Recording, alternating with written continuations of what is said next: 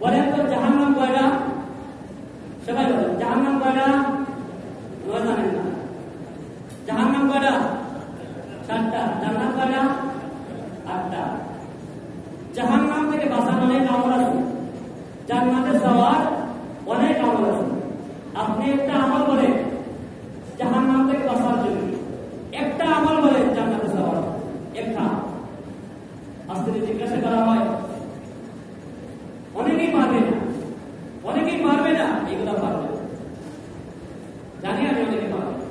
আমি বলে দিচ্ছি, এমন একটা আমল আপনি যদি করতে পারেন, জাহান্নাম 7টা, যদি আপনি এই আমলটা করতে পারেন, এই আমল করে আল্লাহর প্রিয় বান্দাবান্দির জন্য জাহান্নামের 7টা দরজা বন্ধ হয়ে যাবে। বলুন না সুবহানাল্লাহ। এমন একটা আমল আছে, যে আমলটা যদি আপনি করতে পারেন, ওই আমলকারী আল্লাহর প্রিয় বান্দাবান্দির জন্য জান্নাতের 8টা দরজা পড়ে যাবে। বলুন না সুবহানাল্লাহ। তাহলে কোন আমল, যে আমলটা করলে জাহান্নামের 7টা দরজা বন্ধ হয়ে যায়? আল্লাহর যে প্রিয় বান্দাবান্দি ফজরের নামাজের পরে, নামাজ করার পরে কতবার তারা বলিয়া আল্লাহুম্মা জিরনি মিনান নার, আল্লাহুম্মা জিরনি মিনান নার, আল্লাহুম্মা জিরনি মিনান নার, এই দোয়া 7 বার করতে পারে। মাগরিবের আগ মুহূর্তে যদি আল্লাহর বান্দার হায়াতে জিন্দেগি ছেড়ে যায়, মৃত্যুবরণ করে, ওই বান্দার জন্য আল্লাহ রাব্বুল আলামিন জাহান্নামের সকল দরজা বন্ধ করে দিবে। সুবহানাল্লাহ।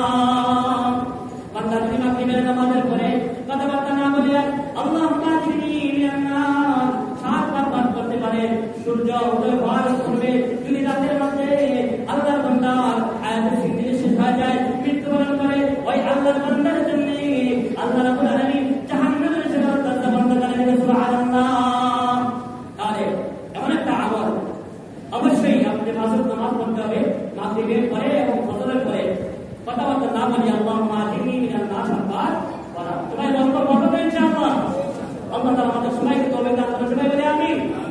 জান্নাতের সকল দরজা খোলা হবে না বলে আল্লাহর বান্দাবান্দি বলেন, যে আল্লাহর প্রিয় বান্দাবান্দি নামাজ পড়ার জন্য ওযু করতে হয়, ওযু করবে, ওযু শেষে কালিমাতুশ শাহাদাত পাঠ করবে, ওই আল্লাহর প্রিয় বান্দা কালিমাতুশ শাহাদাত পাঠ করার জন্য আল্লাহ রাব্বুল আলামিন জান্নাতের 8টা সকল দরজা খুলে দিবেন। সুবহানাল্লাহ।